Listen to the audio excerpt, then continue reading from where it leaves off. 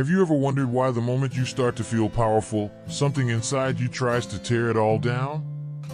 Why the instant you rise above your fears, a quiet whisper within says, "Who do you think you are?"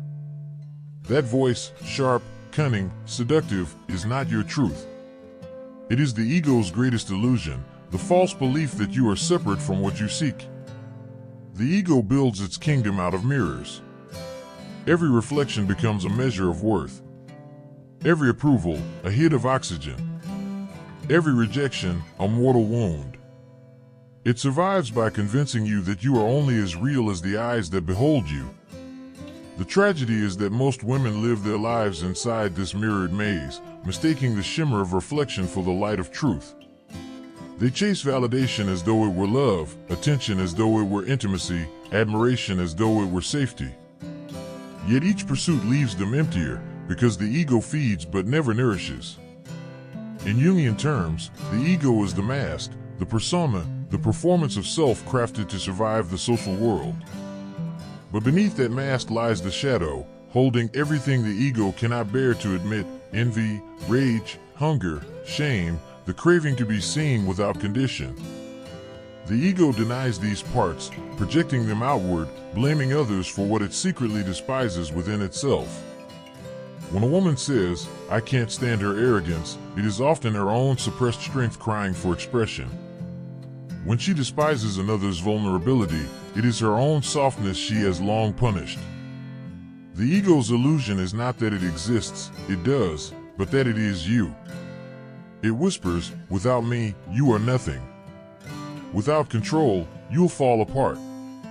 Yet in truth, the ego is terrified of its own death, the death that comes when you stop fighting, stop proving, stop needing to be right. That is why the path of individuation feels like dying before living. It asks you to descend, to lose the identity that once kept you safe and confront what was exiled into your shadow. Most people never make that descent. They keep polishing their mask, hoping the world will love the reflection. But a woman who dares to look within discovers the silent tyranny of the ego. She sees how it turns love into possession, confidence into performance, and boundaries into walls.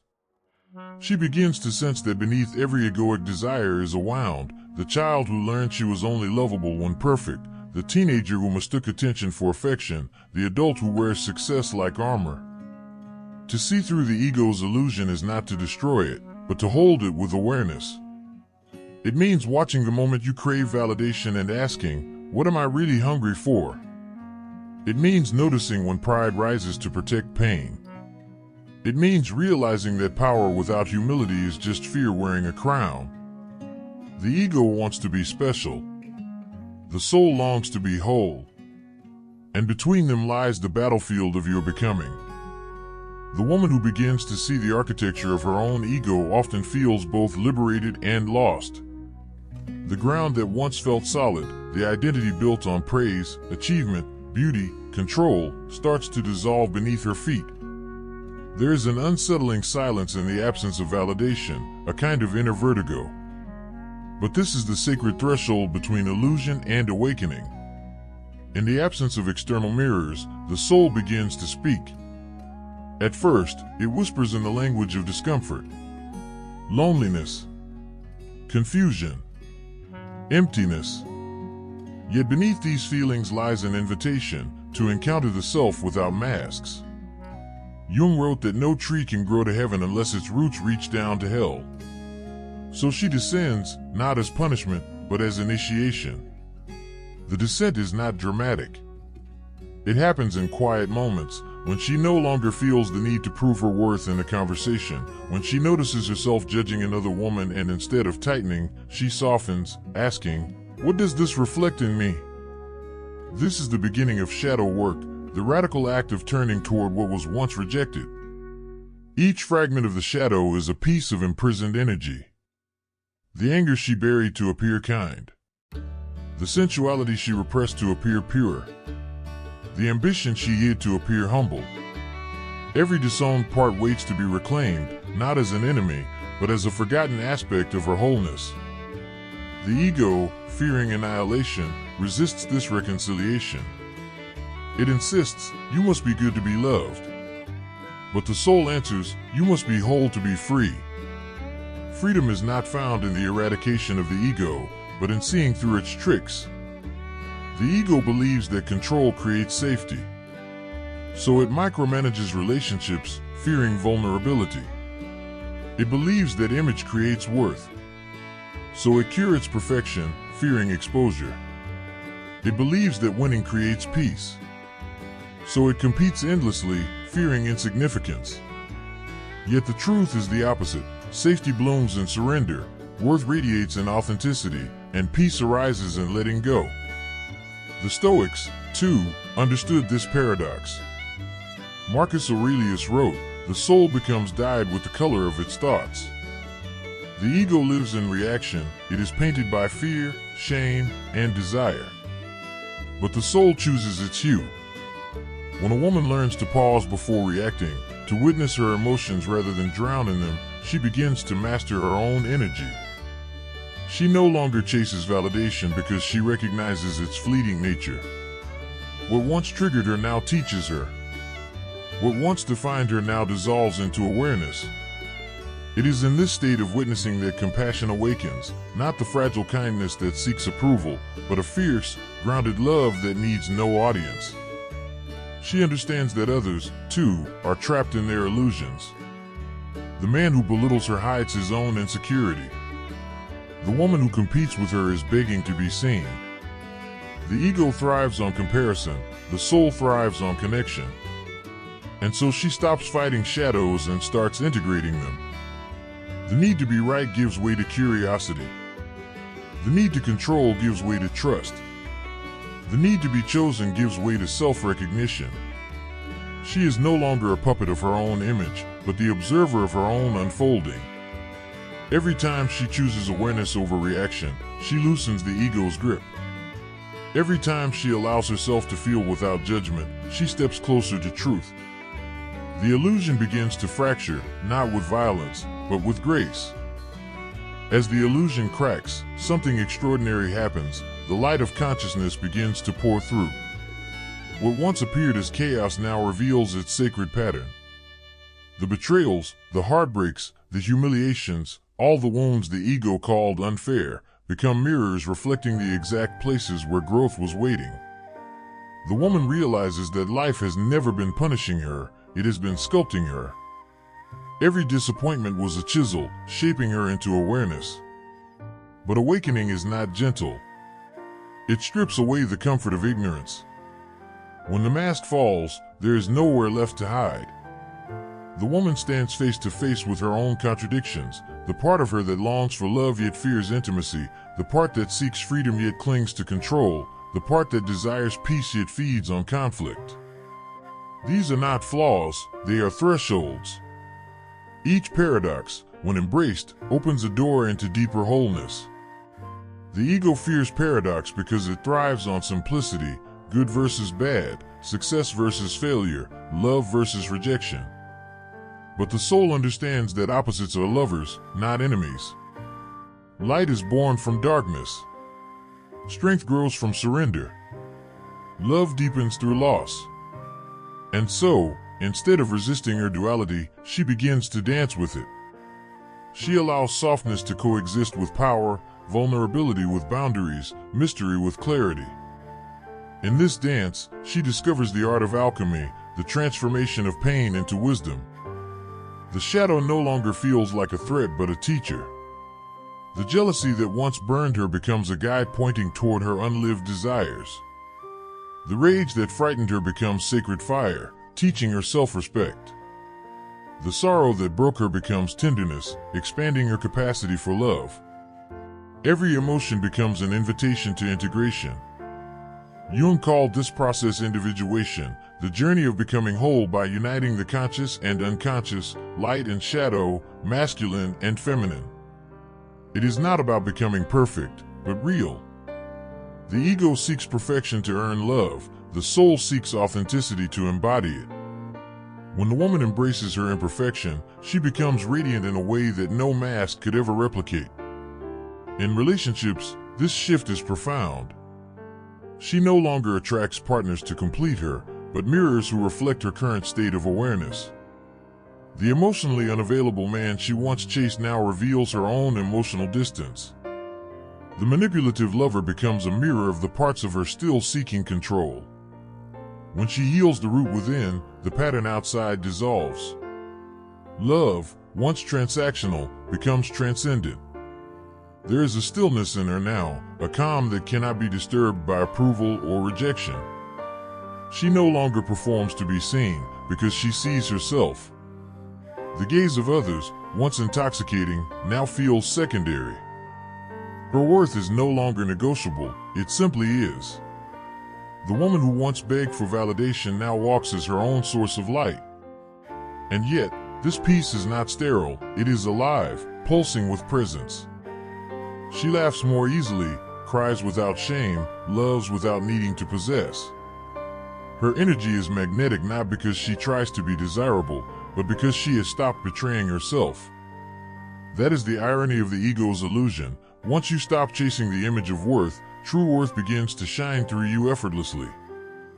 The greatest illusion was never the ego itself, it was the belief that you are the ego. And the moment you see through that lie, you become untouchable.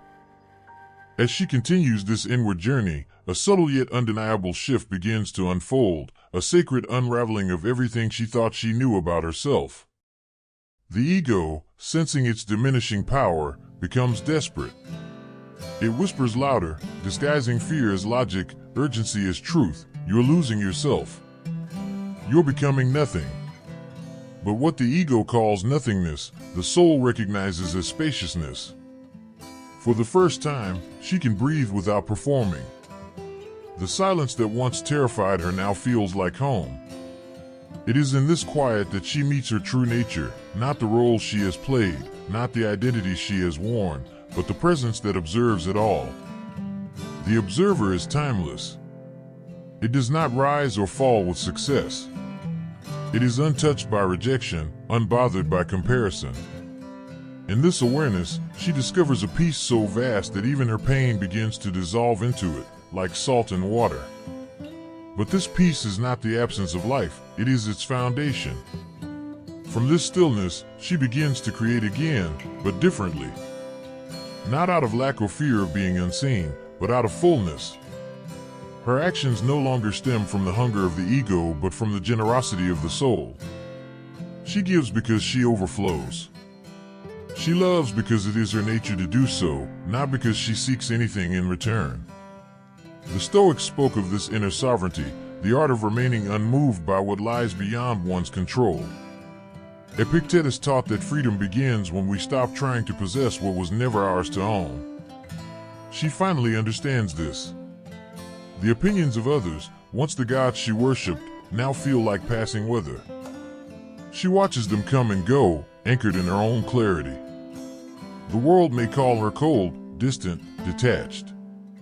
But detachment is not apathy, it is love purified of dependency. There is strength in her softness now, and elegance in her restraint. She does not chase closure, because she knows that every ending carries its own lesson. She does not fear solitude, because she has met herself within it. And she does not seek to prove her worth, because she has remembered what she always was, whole, radiant, unbroken. This remembering changes everything. The relationships that once drained her no longer fit, they fall away naturally, like leaves in autumn. The dreams that once came from egoic desire lose their pull. She no longer needs to be seen as good or special. She simply is. And in that being, she becomes luminous. The ego once told her that peace would come after achievement, after recognition, after love. But peace, she realizes, was never something to be earned. It was the space beneath all striving, waiting patiently for her to stop searching. The illusion was not that she lacked anything, it was that she believed she had to become more to deserve what she already was. And so, she lives now with quiet power. When others project their shadows onto her, she no longer takes them personally. She smiles gently, recognizing the pain beneath their defense. She no longer fights the darkness, she understands it. For to see through illusion is to love without fear, to exist without apology, to walk this world not as a reflection of others' gaze, but as a mirror of truth itself. This is what it means to awaken, to see through the ego's greatest illusion and remember that you were never broken, only asleep. There comes a moment, a quiet, almost imperceptible turning, when she realizes the journey was never about becoming someone new. It was about remembering who she was before the world told her who to be. Before the conditioning, before the comparisons, before the masks.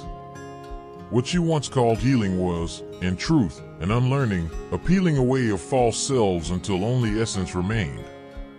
This realization is not grand or loud. It arrives softly, like dawn.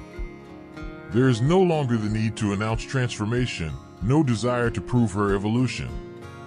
The woman who once sought to be understood now finds peace in being misunderstood. The truth no longer requires witnesses. In this quiet power, her relationships transform again. Love ceases to be a battlefield of unmet needs and becomes a sanctuary of mirrors, each connection reflecting a facet of her wholeness. She no longer attracts chaos disguised as passion, nor the savior archetype who promises completion. She recognizes both as expressions of her former wounds. Now, love flows not from craving but from choice. It is not possession but partnership, not transaction but communion. And within her, the sacred marriage unfolds, the union of her inner masculine and feminine. The feminine, once silenced, rises in intuition, fluidity, and creation. The masculine, once overcompensating, softens into presence, protection, and purpose. Together, they form balance, the calm authority of someone who neither chases nor hides.